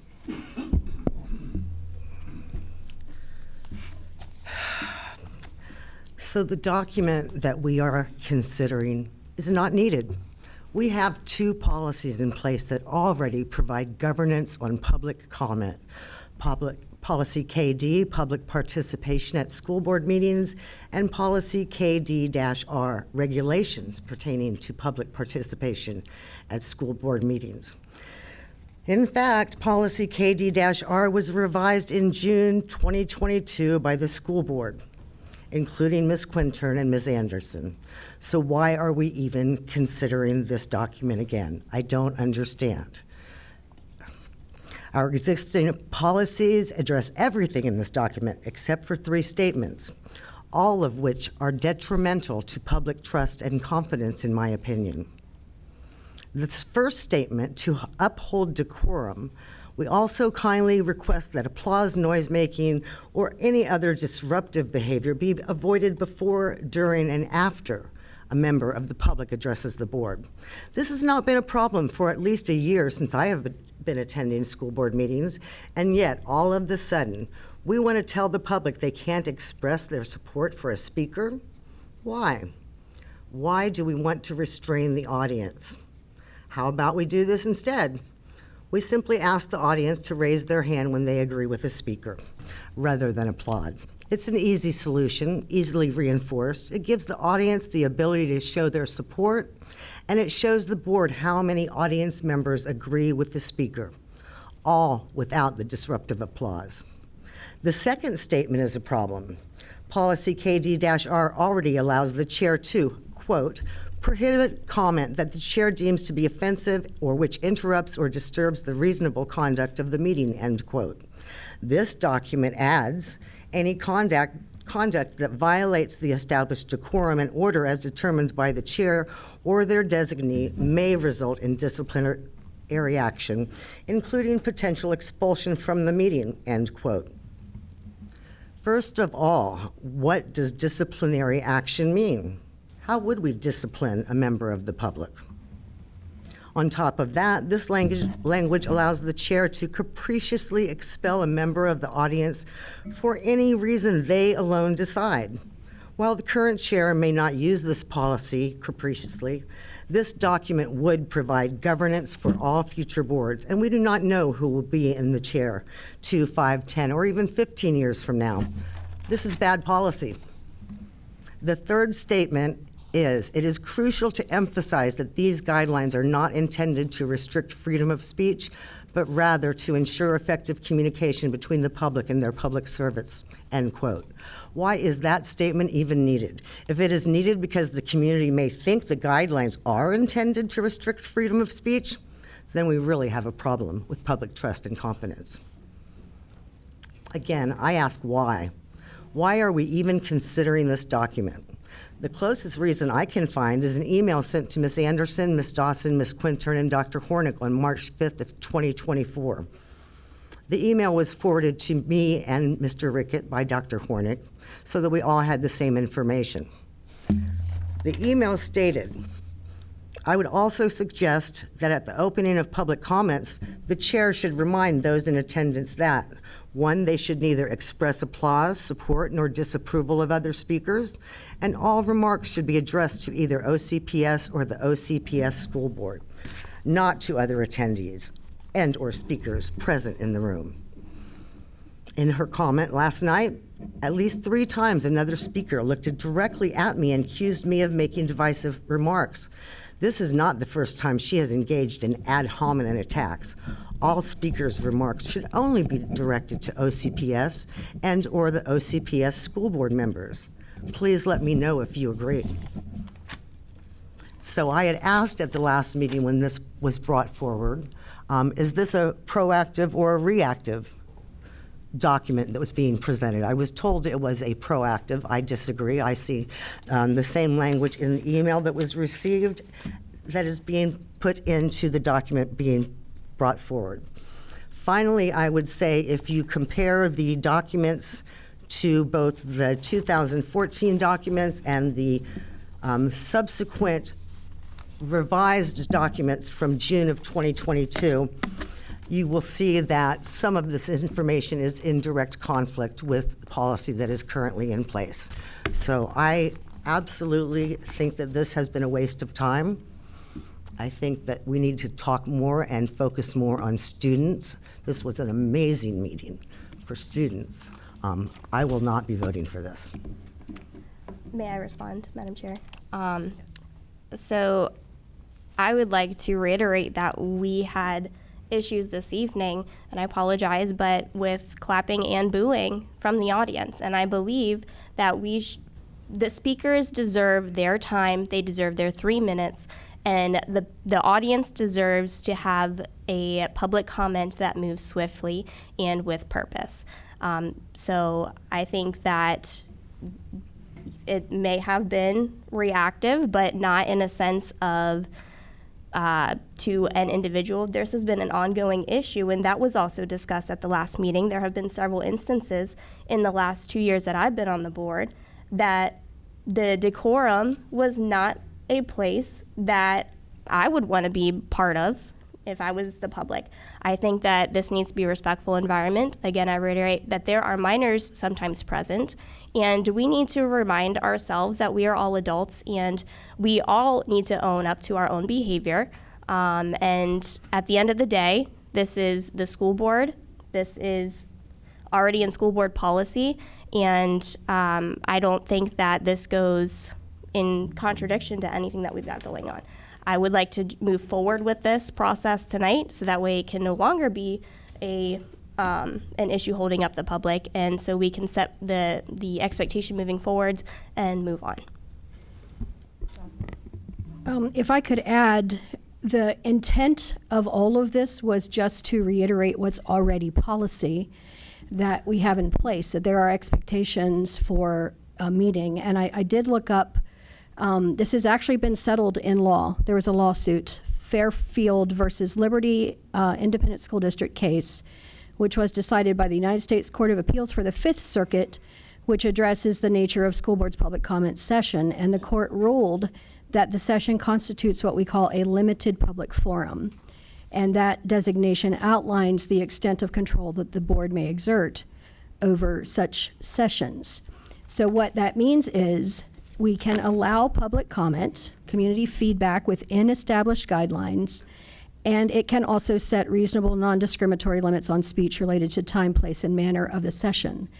We put the part in there about First Amendment because we've been accused of trying to trample First Amendment. And that's the last thing any of the 5 of us are interested in doing. We want to hear from you. We want to know what you think, even those of you that we may disagree with. We can disagree without being disagreeable.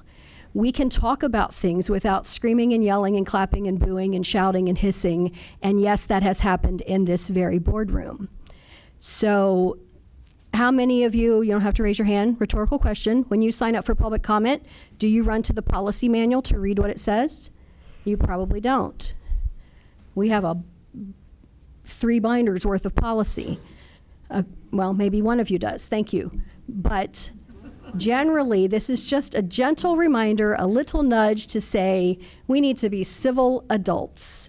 We need to have public discourse that is polite and respectful and an example for our students and not going beyond that. So I am in favor of saying, this is just a reminder. We're not asking anybody to limit your speech. I will vote for this. And I would just reiterate my opinion that this is a waste of time. Thank you. We had 10 people sign up to speak, so I would just like to thank all 10 people that spoke. I appreciated some things I agreed with, some things I disagreed with it, but I still paid attention and listened. So sometimes there's going to be people that are going to be upset. and some people are not going to be happy, about the different things. But I know the one thing that I ran for was to get things done that benefit education. And we're spending a lot of time on some of these other things. So that being said, everyone that spoke tonight, I hope you come back and speak again. Thank you. Well, I would just like to add that, again, I believe this is just policy reiterated, and I think it's just a matter of the board expressing specifics so that everybody has it on hand when they're signed up to speak. Again, I don't see anything in here that would prohibit any type of speech. I feel that it's a well-worded document, and I think it, like I said, I think it corresponds to what we already have in policy. So it's not creating something new. So I would actually like to call the vote. So it was moved in second. Would it be all in favor? All in favor by saying aye? Aye. Aye. All opposed? No. No. Ms. Byram? Got it? Okay. Motion passes. And then last but not least, well, not last, board member comments. Madam Chair, I do have an update from the Academy of Technology and Innovation at University of Mary Washington, if you all are inclined. Yes, ma'am. It's a lot of great work going on. We are collaborating with Mary Washington University, for those of you that don't know. We currently have interviews happening for staff. This is a widespread board, and I think Orange might be the furthest out, but we've got King George, Spotsylvania pulled out, City Caroline, of Fredericksburg, and Stafford. and Stafford. We did approve a calendar for the upcoming year. We will be coming back to the Orange County School Board, just as a heads up, to approve a joint operated schools agreement.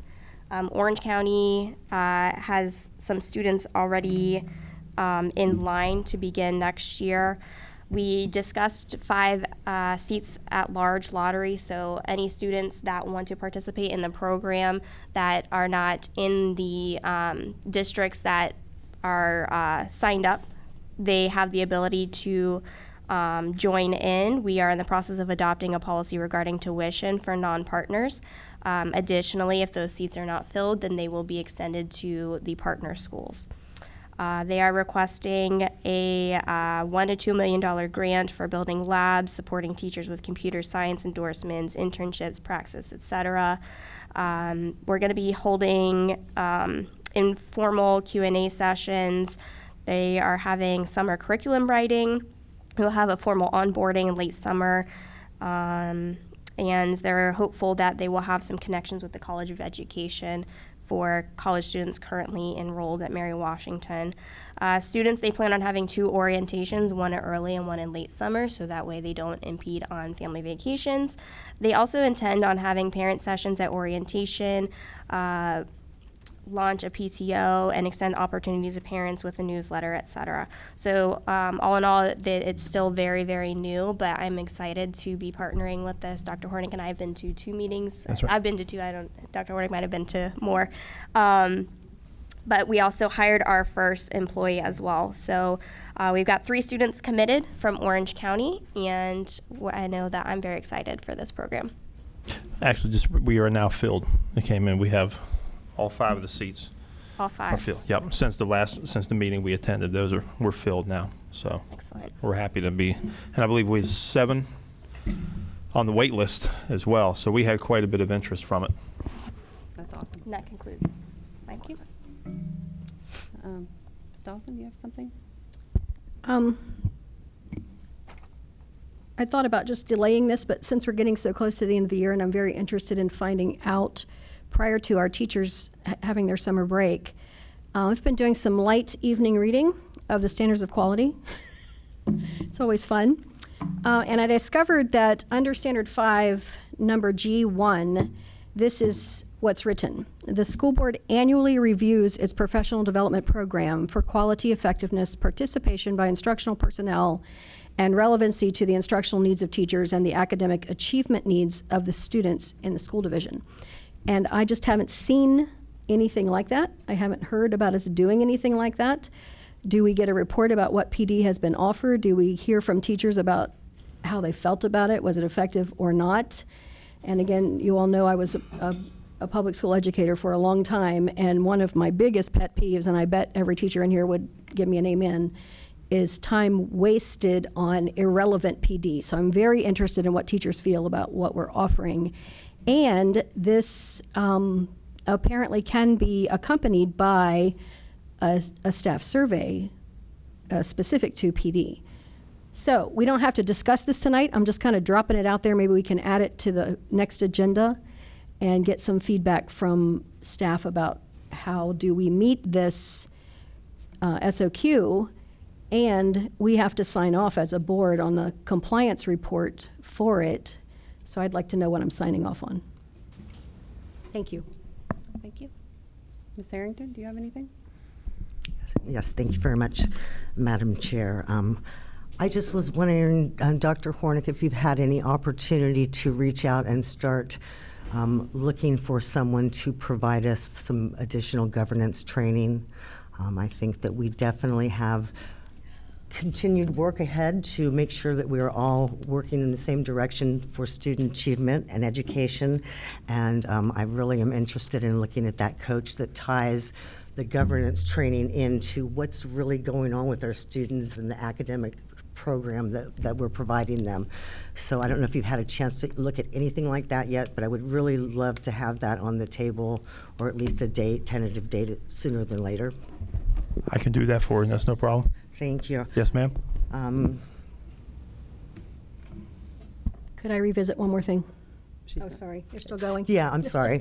Just the other thing that I would also ask for administration to assist with, I believe when we first had, it was our first or second reorganization meeting, we were talking about having some information provided to provide us comparative analysis over what type of services the VSBA and or other organizations may provide to boards relative to governance, policy making. I've been doing a lot of research, but I don't think that it's something that I can present to the board because that would be a little conflict. And I didn't know if you had started looking at anything like that, and if not, I would respectfully request that.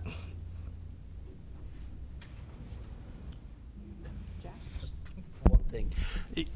To the principals of the teachers, the art teachers that were here today, greatly appreciate that support. I didn't get a chance to thank them. It didn't feel like the time. That was obviously the best part of the meeting. Yeah. I would like to go ahead. You can go ahead and finish yours. Thank you. I just wanted to add that I'm particularly interested on the PD piece on what's going to be put in place for the Literacy Act implementation, which is fall. And I probably should back up a step and say, I'm not saying we're wasting time on PD, but I want to make sure that it's great, relevant PD that's really helping our teachers get their jobs done and improve so that there's not wasted time on PD. Just clarify. So we're going to do a strategic plan update on the 29th, and the focus area is the instruction group with Renee and Judy. So we were planning to include any relevant data, an update on the Virginia Literacy Act, and certainly won't be a problem at all to incorporate what we do for professional development. Most of our professional development is actually led by our lead teachers, as well as our coordinators in particular. And so that's where the vast majority of it comes from, based on the needs that we hear from them. And so we can easily incorporate that into the April 29th work session.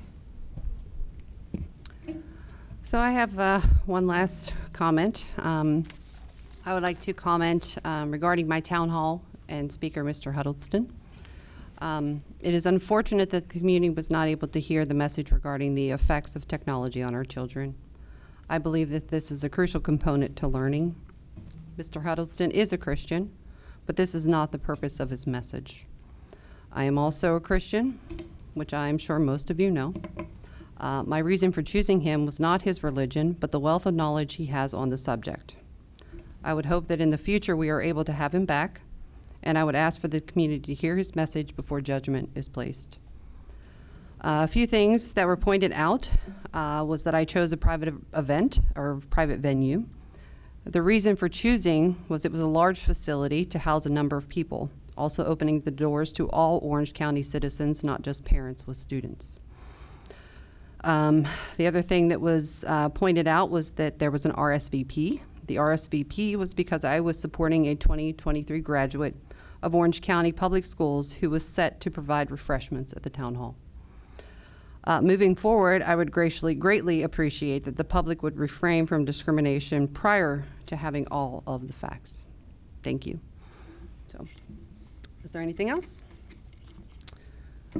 Ms. Dawson, closed session certification, please.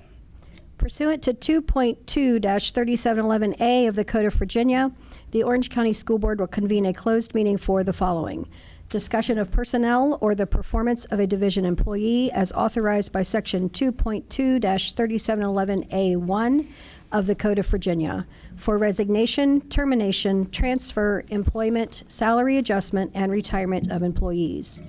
Consultation with legal counsel employed or retained by the school board regarding specific legal matters requiring the provision of legal advice by such counsel as authorized by Section 2.2-3711A8 of the Code of Virginia. May I have a second? Second. All those in favor by saying aye? Aye. We're in closed session.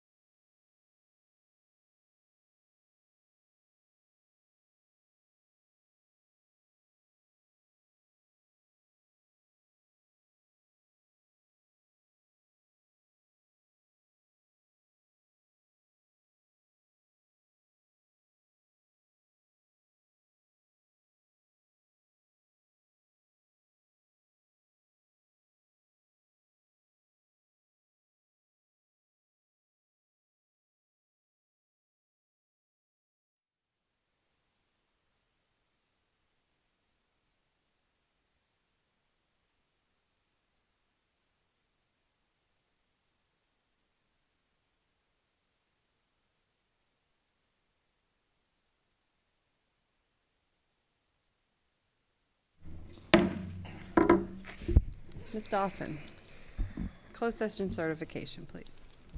Whereas the Orange County School Board has convened a closed meeting on this date pursuant to an affirmative recorded vote and in accordance with the provisions of the Virginia Freedom of Information Act.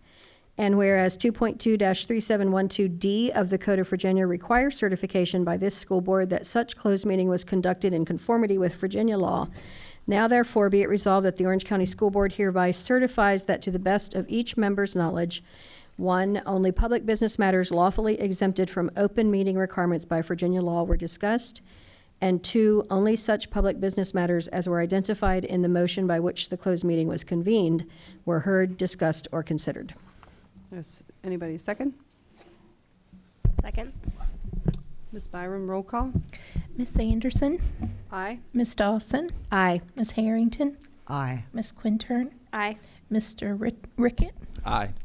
Madam Chair, the clerk certifies the vote as follows: 5 yes votes and no no votes. The resolution is approved by a 5-0 vote.